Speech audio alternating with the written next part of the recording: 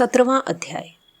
सूत जी कहने लगे कि अब सब व्रतों में उत्तम व्रत और मोक्ष के देने वाले एकादशी के व्रत का महात्म्य सुनो।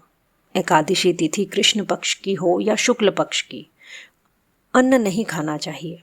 जो एकादशी को अन्न खाता है वह पापों का भक्षण करता है।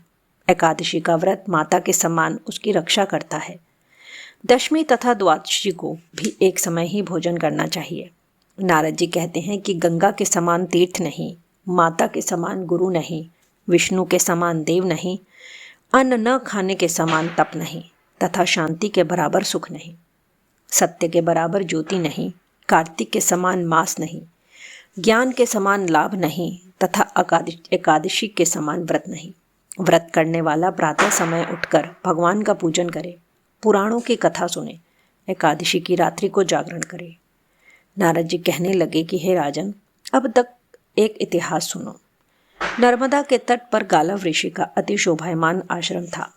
मालव का भद्रशील नाम का एक पुत्र था जो विष्णु का परम भक्त था।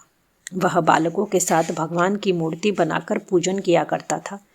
साथ ही बालकों को उपदेश दिया करता था कि वह भी भगवान का पूजन करें और एकादशी का व्रत रखें। बालक भी उसका उपदेश सुनकर वैसे ही किया करते थे। अपने पुत्र के चरित्र को देखकर एक समय उसके पिता गालव ऋषि ने उससे पूछा कि भद्रशील, तुम सदैव भगवान विष्णु की पूजा में लगे रहते हो, यह उपदेश तुमको किसने दिया? यह बात सुनकर भद्रशील कहने लगा कि पिताजी, आपको अपने पूर्व जन्म का वृतांत सुनाता हूँ। पहले जन्म में मेरा जन्म चंद्रवंश में हुआ था। धर्मकीर्ति मेरा नाम था। दत्तात्रेय जी से मैंने शिक्षा दीक्षा ग्रहण की। मैंने 1000 वर्ष तक राज्य किया। उस काल में मैंने अनेक धर्म तथा पाप के कर्म भी किए, परंतु दैववश मैं बुरी संगत में पड़ गया और वेद मार्ग छोड़कर पखंड मार्ग पर चल पड़ा। मेरे इन आचरणों को देखकर प्रजा भी पाप के कर्म करने लगी।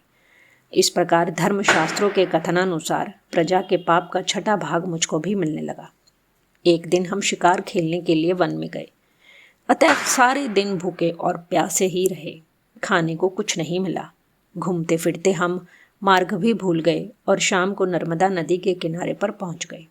उस दिन एकादशी का व्रत होने के कारण वहां पर एकत्रित अनेक वैष्णव भगवान का कीर्तन कर रहे थे।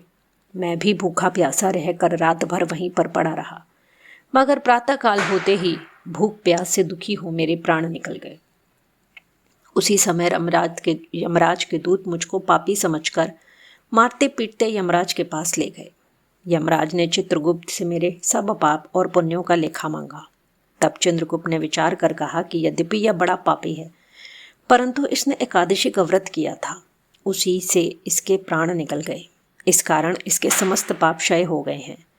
यह सुनकर यमराज तत्काल अपने सिंहासन से उठकर खड़े हो गए और हाथ जोड़कर मुझसे बोले कि क्षमा करना, हमसे भूल हो गई।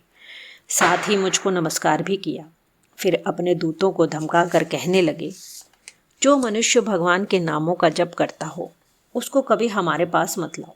जिसने अनजाने भी एकादशी का व्रत किया हो तब भी उसके सब पाप क्षय हो जाते हैं और उसको हमारे पास आने की आवश्यकता नहीं पड़ती। इसके बाद यमराज ने मेरा पूजन किया और फिर मुझे सुंदर विमान में बिठाकर विष्णु लोक को भेज दिया। हजारों वर्ष तक इंद्रलोक तथा विष्णु लोक में रहने के पश्चात अब फिर मैंने यहाँ पर जन्म लिया है। जो कोई इस कथा को पढ़ता है अथवा सुनता है उसके सभी पाप नष्ट हो जाते हैं। इस प्रकार कार्तिक महात्म्य का 17वां अध्याय समाप्त हुआ। राधे राधे।